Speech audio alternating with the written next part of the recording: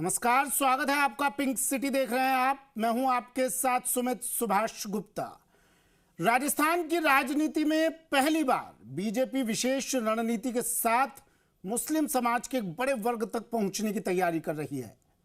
अब तक हिंदू वोटों के सहारे चुनावी सफलता हासिल करने वाली बीजेपी की नजर कांग्रेस के पारंपरिक मुस्लिम वोट बैंक पर भी है।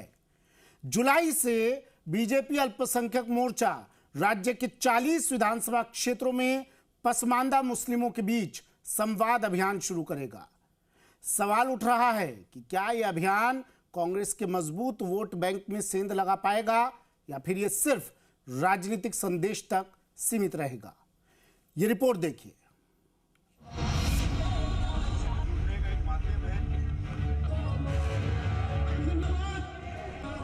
राजस्थान की राजनीति में मुस्लिम वोट बैंक लंबे समय से कांग्रेस की ताकत माना जाता रहा है, लेकिन अब बीजेपी इस समीकरण को बदलने की तैयारी में जुट गई है। पार्टी ने पहली बार राज्य भर में पसमानदा मुस्लिमों तक सीधे पहुंचने का फैसला किया है। जुलाई से शुरू होने वाले इस अभियान में बीजेपी अल्पसंख्यक मोर्चा सामाजिक, आर्थिक और शैक्षणिक रूप से पिछड़े मुस्लिम समुदायों के बीच छोटी छोटी चौपाल लगाकर संवाद करेगा। बीजेपी की रणनीति साफ है।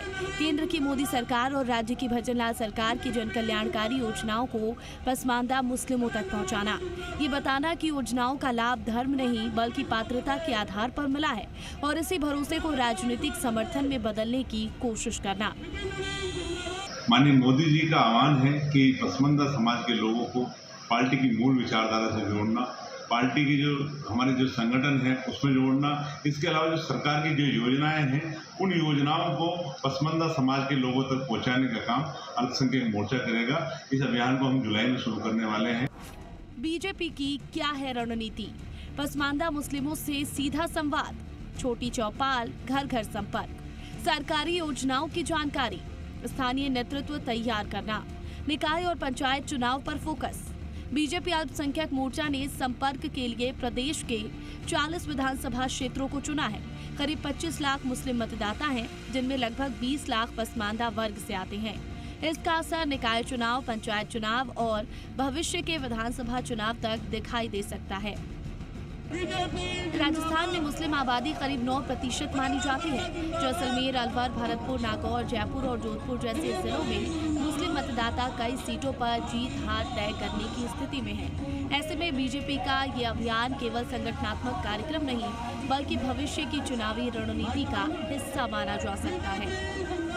लोगों से मिलने का प्रयास करेंगे और वहां जाकर छोटी छोटी चौपालों के माध्यम से केंद्र सरकार की और राज्य सरकार की योजनाओं को पहुंचाने का काम करेंगे, जिसका लाभ, सीधा लाभ जो ये नगर निगम के चुनाव हैं उसमें, इसके अलावा पंचायत राज चुनाव में और आने वाले जो 2028 के अंदर भारतीय जनता पार्टी की जो दोबारा यहाँ पर राजस्थान के अंदर सरकार बनेगी, उसमें एक बड़ी भूमिका अल्पसंख्यक मोर्चे की रहेगी, अल्पसंख्यक समाज की रहेगी। हमीद मेवाती कहते हैं कि पार्टी की योजना निकाय और पंचायत चुनावों में अल्पसंख्यक समाज से अधिक उम्मीदवारों और कार्यकर्ताओं को आगे लाने की भी है।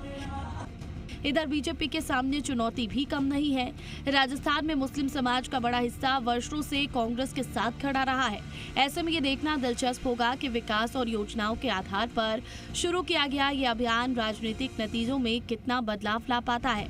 अब बीजेपी का मिशन पसमानदा प्रदेश के राजनीतिक समीकरणों को कितना प्रभावित करता है और कांग्रेस अपने परंपरागत समर्थन को कैसे बचाती है, इसका जवाब आने वाले निकाय, पंचायत और विधानसभा चुनावों में मिलेगा।